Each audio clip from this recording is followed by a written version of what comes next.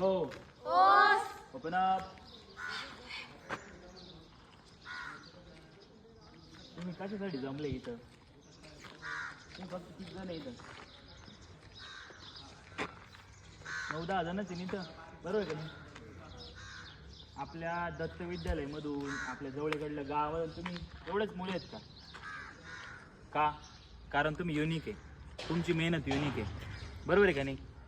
तुमची मेहनत युनिक आहे ना, तर या युनिक मेहनतीसाठी काय करावं लागणार तुम्हाला? थोडंसं लोकांचे बोलणं ऐकावं लागणार आहे, काही मित्र तुम्हाला सोडून द्यावं लागणार आहे, काही थोडं कष्ट पण जास्त करावं लागणार आहे, बरोबर आहे का नाही?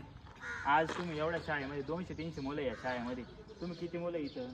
10-15 मुलं युनिक मेहनत करतात, म्हणजे वेगळी मेहनत करतात. तुम्हाला याचं महत्त्व कधी कळणार? जेव्हा तुम्ही कॉलेजला जाणार जेव्हा वेळेस तुम्ही थोडे मोठे होणार. या कराटे बॉक्सिंगचं जे काही स्किल आहे ना, ते कोणाला सहजासहजी भेटत नाही.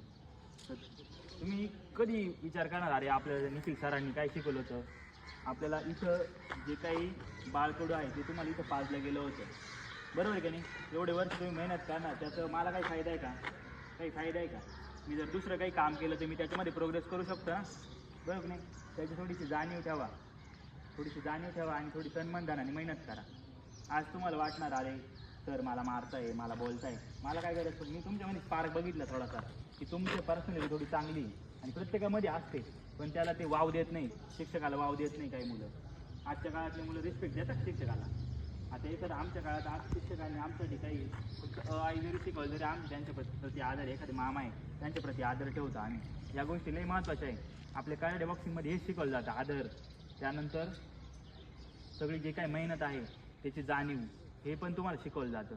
याची थोडी जाणीव ठेवा, बरोबर? की तुम्ही आईवडिलांवरती प्रेम करत असाल, त्यांच्यासाठी काहीतरी करायचं जीवनामध्ये, त्यांच्यासाठी जीवतोड मेहनत करा, बरोबर आहे की नाही?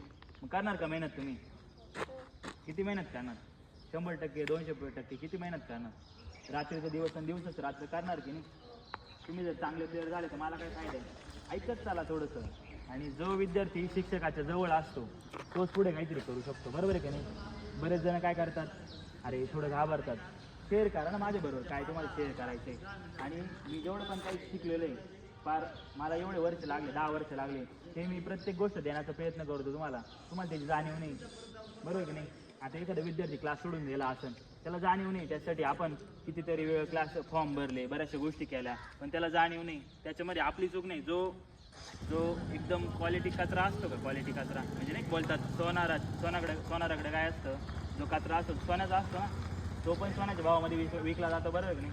मग आपल्या इथून जे काही बनणार आहे सोनं, याला मार्केटमध्ये खूप डिमांड असणार आहे. त्याच्यामुळे चांगल्या लोकांच्या सानिध्यात राहा, त्यानंतर प्रॉपरपणे गायडन्स घ्या, आपल्या कराटे क्लासला कंटिन्यू राहा आणि शेवटपर्यंत मेहनत करा, टिकून राहा. एखादी गोष्ट सुरुवात केली तर टिकून राहा.